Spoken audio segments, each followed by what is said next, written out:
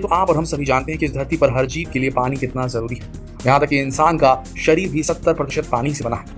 हमारे शरीर की सभी सेल्स में काफी मात्रा में पानी होता है। लेकिन एक मिनट जरा रुकिए, क्या यह बात सच है कि इस चीज को सबसे पहले वैज्ञानिकों ने डिस्कवर किया?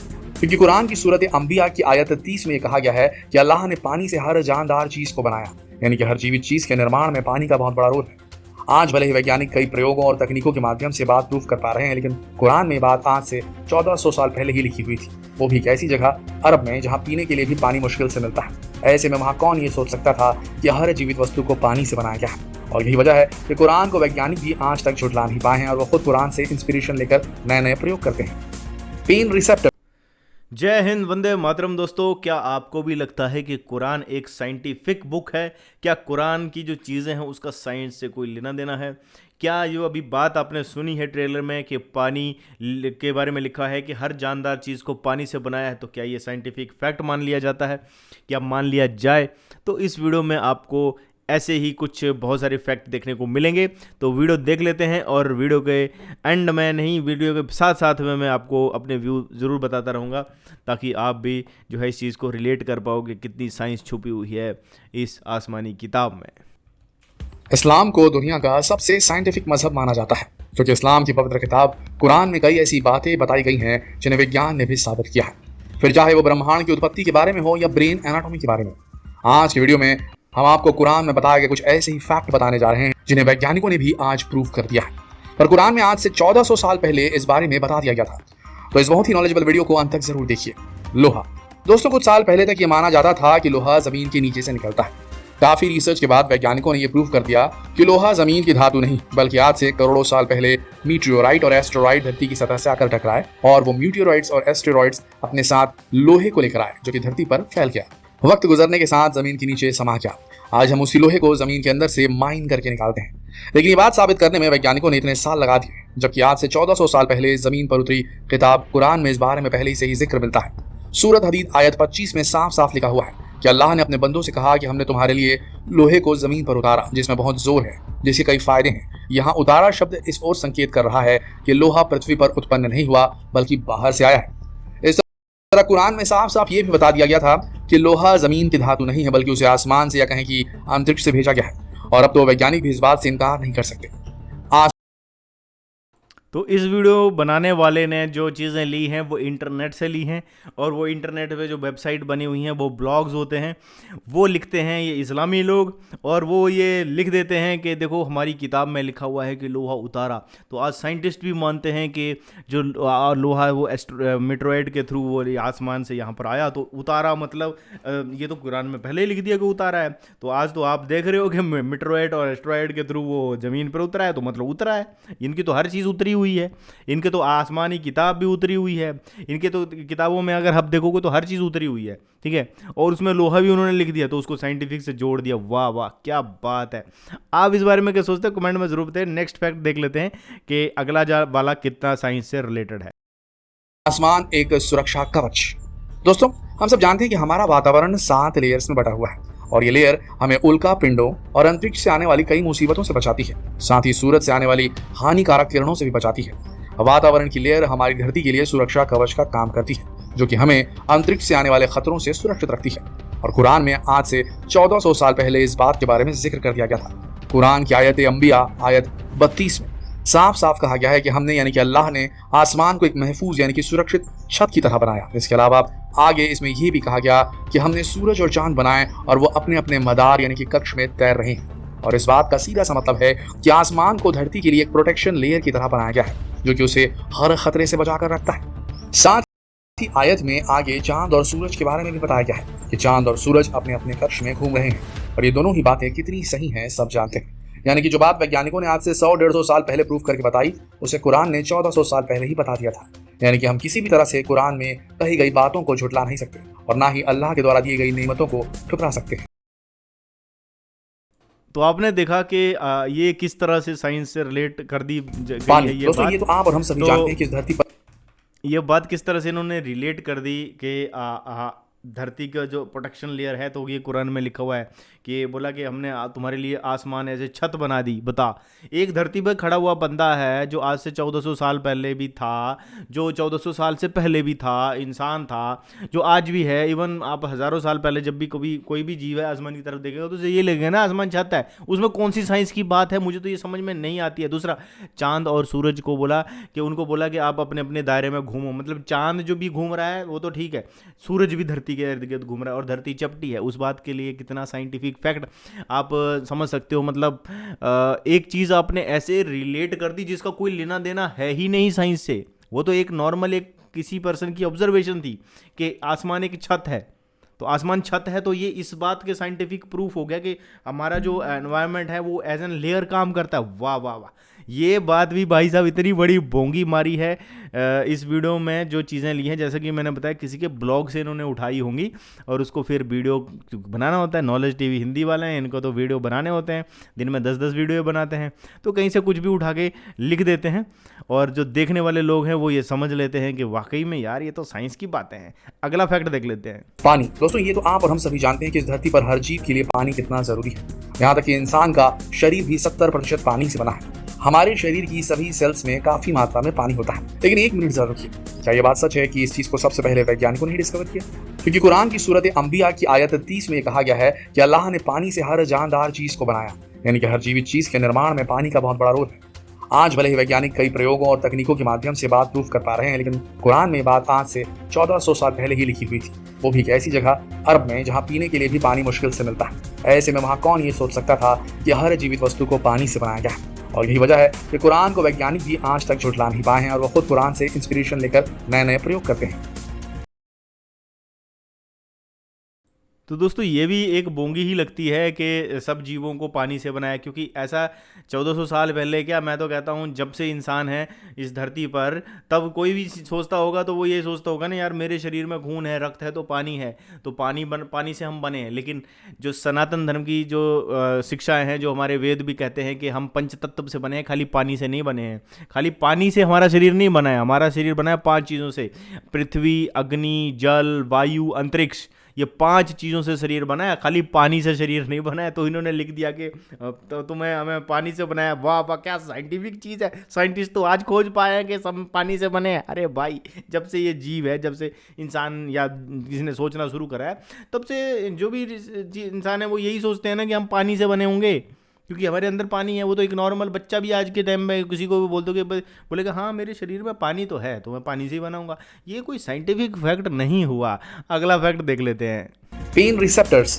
दोस्तों, एक जमाना था जब हमें लगता था कि हमें दर्द की अनुभूति कराने वाले सेल्स दिमाग में होते हैं, लेकिन अब वैज्ञानिकों ने सिद्ध कर दिया है कि हमें दर्द का एहसास कराने वाले सेल्स हमारी स्किन में होते हैं। लेकिन ये फैक्ट साइंस ने अभी प्रूफ किया है, अभी प्रूफ किया है, जबकि कुरान ने इस फैक्ट को आज से 1400 साल पहले ही बता दिया था। सूरत अन-निसा की आयत 56 में इस बारे में जिक्र किया गया। इस आयत में बताया गया है कि जो लोग खुदा की आयतों से इनकार करते हैं उनके साथ दोज़ख यानी नर्क में क्या सलूक किया जाएगा।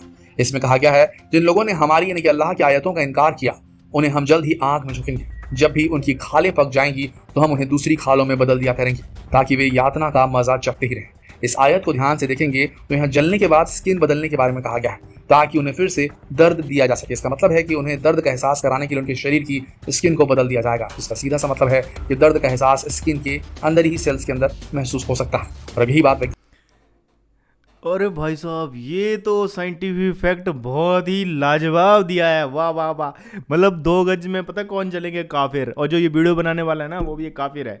अगर कुरान के अकॉर्डिंग चला जाए ना, तो उसे भी जहन्नम मिलेगी और उसको जहन्नम में जो यातनाएं दी जाएंगी, फिर उसकी चमड़ी को बदल दिया जाएगा।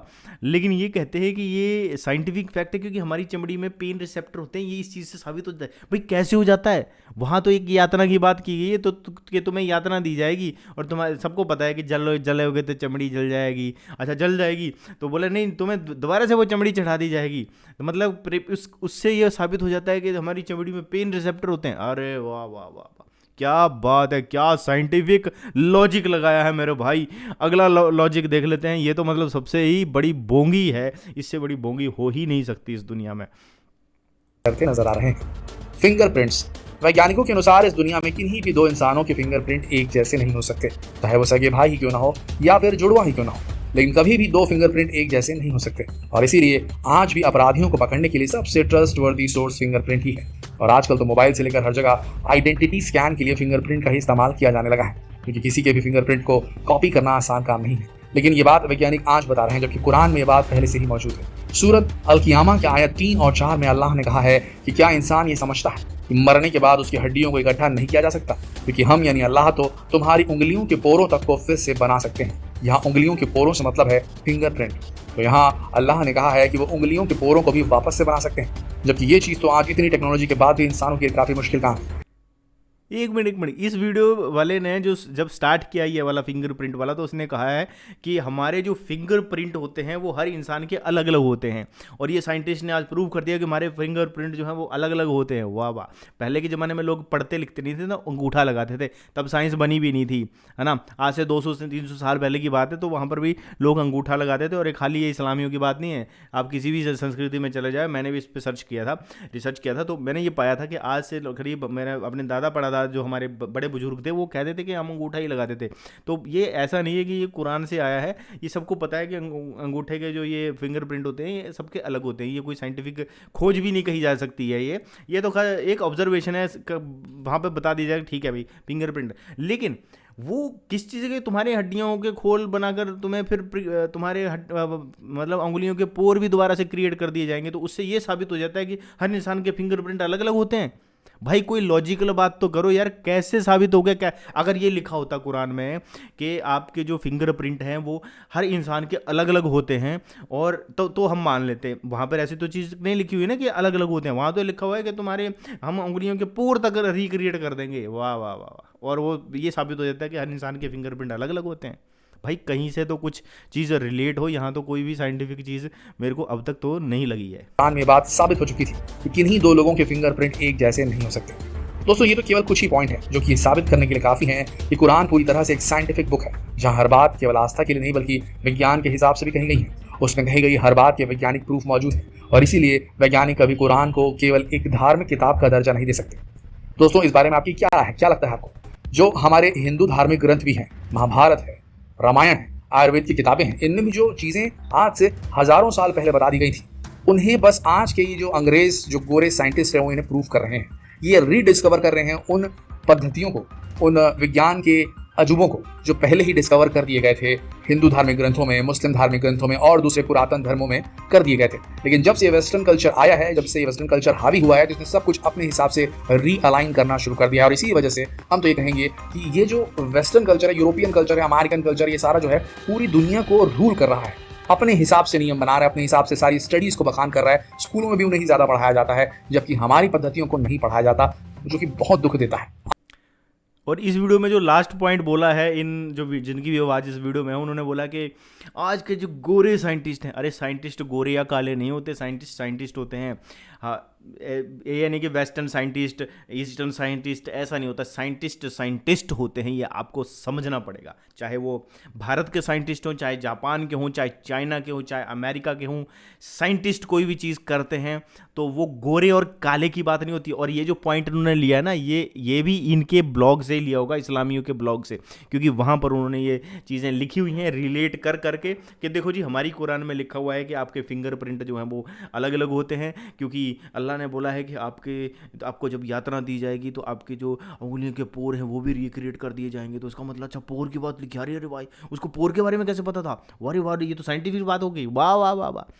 और आपकी हड्डियों में, मतलब आपकी जो चमड़ी में पेन रिसेप्टर होते हैं, ये पता चल गया कैसे? क्योंकि काफिरों को जो है अजाब की आग में जलाया जाएगा, और फिर उनकी जब चमड़ी जल जाएगी तो अल्लाह फिर उनके फिर से चमड़ी क्रिएट करेगा, और फिर उनको जलाएगा, फिर चमड़ी क्रिएट करेगा, फिर उनको जलाएगा, उनको यातनाएं देते रहेगा। तो चमड़ी बार बार आना का मतलब है चमड़ी में जो पेन रिसेप्टर होते हैं ये साबित हो जाता है। अरे वाह, क्या साइंस छुपी हुई है यार। और वो वाला पॉइंट जहाँ पर बोला कि सब जीवों को पानी से बनाया, भाई सबको पता है पानी से बनाया, लेकिन अगर ये लिखते ना पंच तत्व से बनाया तो हम मान भी लेते हैं कि बाकी में कुरान में लिखा हुआ है पंच तत्व से बनाया, वहाँ पर तो लिखा है पानी से बनाया। अरे पानी के साथ में बाकी चीज़ें भी तो हैं, पृथ्वी, अग्नि, जल, वायु, अंतरिक्ष, उसको कैसे भूलोगे?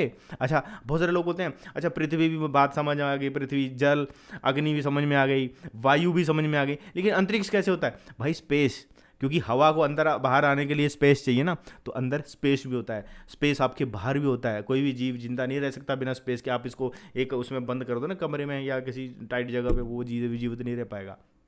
तो जीवन तभी संभव है जब स्पेस है। तो पृथ्वी, अग्नि, जल, वायु, अंतरिक्ष, अंतरिक्ष यानी कि स्पेस, यानी कि ये पंच तत्वों की बात तो इनकी किताब में है नहीं, इनमें सिर्फ पानी लिखा हुआ। और दूसरा वो जो लोहे वाला था कि ऊपर से लोहा उतारा गया, तो ये साबित हो जाता है कि एस्ट्रॉयड के थ्रू। वाह क्या साइंटिस्ट है! ऐसे ऐसे साइंटिस्ट आपको देखने को मिलेंगे। और ये वीडियो मैं आपके सामने लेके आया था क्योंकि मुझे लगता था कि आपको ये ज़रूर बताना चाहिए, क्योंकि ऐसे ब्लॉग चल रहे हैं, ऐसी वेबसाइट चल रही हैं जहाँ पर लोगों को बेवकूफ़ बनाया जा रहा है। और जाकिर नायक भी ऐसे ही बेवकूफ़ बनाता था लोगों को अनलॉजिकल बातें करता था। शुरू में लॉजिकल करता था, फिर थोड़ी सी अनलॉजिकल करके उसको कहीं ना कहीं मिक्स करके वो कहीं ना कहीं ये लोगों को बता देता था। तो जो लोग साधारण बुद्धि के लोग हैं वो इसको मान लेते थे। दोस्तों ये वीडियो था, अब आप खुद डिसाइड कीजिए कि कितनी साइंस छुपी हुई है इस आसमानी किताब में।